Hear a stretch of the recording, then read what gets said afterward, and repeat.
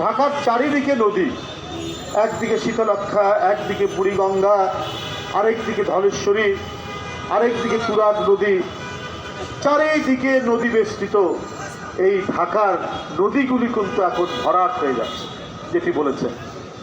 এটা একমাত্র লুটেরা গণবিরোধী সরকার থাকলেই তাই হয়। পৃথিবীর কোনো দেশে নদী শুকাতে দেয় না যেখানে জনগণের সরকার আছে। শুধু কি তাই, আমাদের বিশেষজ্ঞ, আমাদের বিজ্ঞানী, আমাদের পরিবেশবিদরা বারবার বলেছে কয়লা পুড়িয়ে তাপ বিদ্যুৎ উৎপাদন করেন না, সরকারকে বারবার বলেছে। কিন্তু উন্নয়নের ফানুসের নামে টাকা লুটের যে মহা আয়োজন, মহা সমারোহ চলছে, তাই শেখ হাসিনা গণবিরোধী প্রজেক্ট নিতে একটুও দেরি করেন না। উনি দুর্নীতির প্রজেক্টকে বাস্তবায়ন করার জন্যই গণবিরোধী প্রজেক্ট।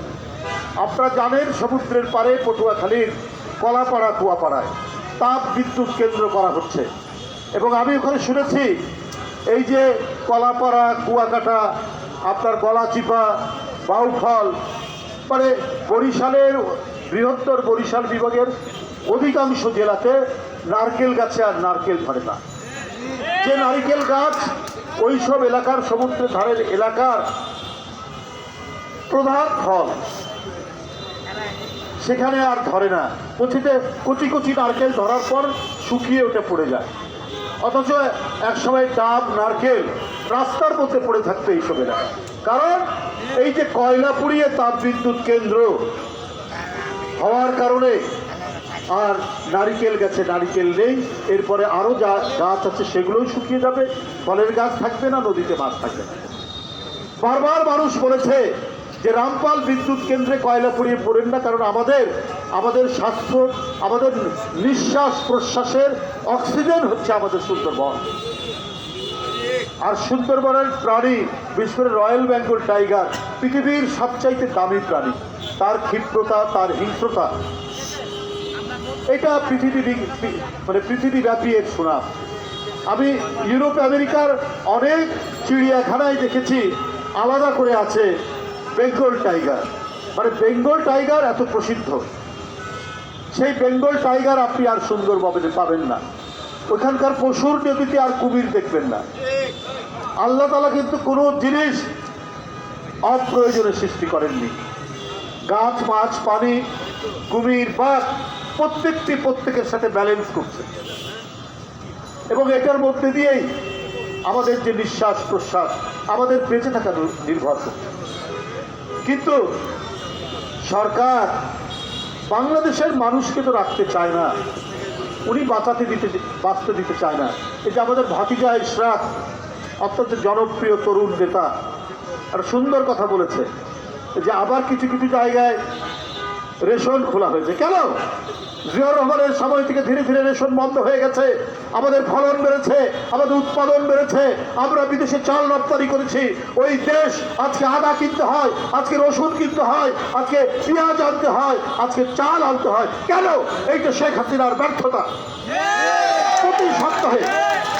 প্রতি সপ্তাহে রসুন আর আদার দাম বাড়ছে।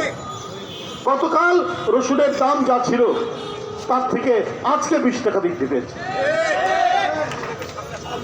280 টাকা কেজি থেকে 300 টাকা কেজি। আদা আপনার গতকাল ছিল 250 থেকে 300 টাকা কেজি, আজকে হয়েছে 300 থেকে 350 টাকা কেজি।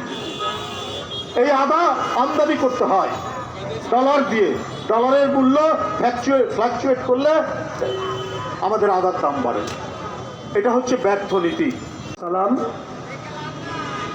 এবং সদস্য সচিব রফিকুল্লাহর মঞ্জুকে যে দেশের একটি ভয়াবহ তাপদাহ সংকটকালীন সময়, যেখানে সরকার ভারতের একটি আজ্ঞাবহ সরকার হিসাবে এবং ভারতের সাম্প্রদায়িক দলের নেতা মোদির আজ্ঞাবহ হিসাবে বাংলাদেশের পথ মত জনগণকে উপেক্ষা করে রাষ্ট্র পরিচালনা করে ব্যস্ত এবং দলের দখলদারিত্ব নিয়ে ব্যস্ত বাংলাদেশের নিম্ন আয়ের মানুষের মধ্যে যে দুরবস্থা, যেখানে কর্মজীবিত কর্ম নাই, এখন দুর্বিষহ জীবনযাপন করছেন, সেখানে রেশনিং ব্যবস্থা না থেকে মানুষের মধ্যে বিশাল একটা হাহাকার অবস্থা বিরাজ করছেন।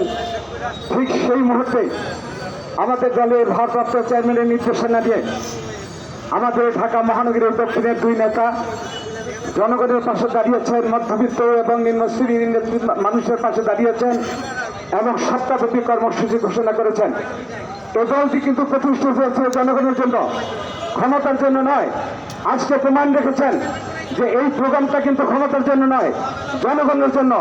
শহীদ রাষ্ট্রপতি জিয়া রহমান দাতা গঠন করার জন্য বলেছিলেন, আমি জাতীয়তাবাদী দলকে রেখে গেলাম শুধু রাজনৈতিক, শুধু ক্ষমতার জন্য নয়, দেশের নিরাপত্তার রক্ষার জন্য, দেশের সার্বভৌমত্বের রক্ষার জন্য, জনগণের পাশে আপদে বিপদে সর্বসময় থাকার জন্য। সে আজকে 54 বছর হয়, আজ এই 45 থেকে 46 বছর পর্যন্ত এই জাতীয়তাবাদী দল গণতন্ত্রের পক্ষে, জনগণের পক্ষে কাজ করছেন। তারই সর্বশেষ আজকে এখানে আমাদের নেতৃত্বে সর্বসাধারণ মানুষের পাশে আমরা দাঁড়িয়েছি। প্রিয় ভাইরা, আজকে বাংলাদেশের যে আবহাওয়া, এর পিছে বর্তমান সরকারের ব্যর্থতা অবশ্যই রয়েছে।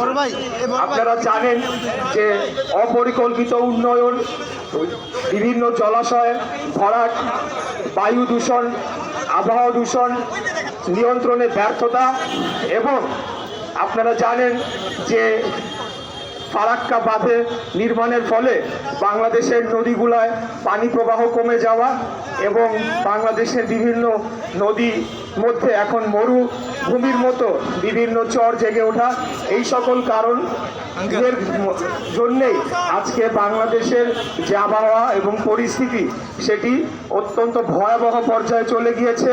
এই সরকার সকল কিছু নিয়ন্ত্রণ করতে ব্যর্থ হয়েছে। আপনারা জানেন যে ঢাকা শহরে যে এরকম একটা পরিস্থিতি, এরকম ঘনবসতিপূর্ণ একটা নগরী গড়ে তোলা হয়েছে, মানে বিল্ডিং কোড না মেনে সম্পূর্ণ অবৈধভাবে বিভিন্ন এলাকায় বহুতল ভবন নির্মিত হচ্ছে, একদম সংকুচিত একটা জায়গার মধ্যে, যেটিও আমাদের এই আজকের তাপমাত্রা বেড়ে যাওয়ার অন্যতম একটি কারণ হিসেবে বিশেষজ্ঞরা চিহ্নিত করেছে। সারা দেশ আগুনে পুড়ছে, মানুষ না খেয়ে অবস্থায় আছে, এক বেলা খায় আরেক বেলা খাইতে পায় না, কিন্তু প্রধানমন্ত্রী বলে কোনো অসুবিধা নাই,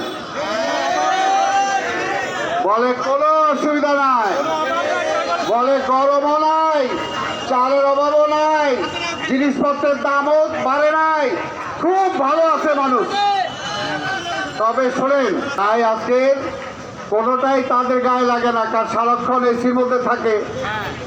আর সামনে পিছনে যে বাহিনী থাকে, জনগণে তো দেখেই না, জনগণে দেখে, কোনো রিক্সাওয়ালারে দেখে, কোনো কৃষক শ্রমিককে দেখে, দেখে না। যখনই তাকায় তখনই দেখে জেনারেল, যখনই তাকায় তখনই দেখে পুলিশের আইজি, যখনই তাকায় তখনই দেখে মোটা তাজা আওয়ামী লীগের ওই মুজিব কোট করার নেতারা।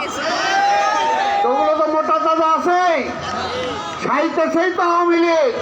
কাজে উনি তাকায় তো আপনারও দেখে না, সাধারণ মানুষ দেখে দেখে না। সেটার জন্য সাধারণ মানুষের পেটের জ্বালা বুঝতে পারে না।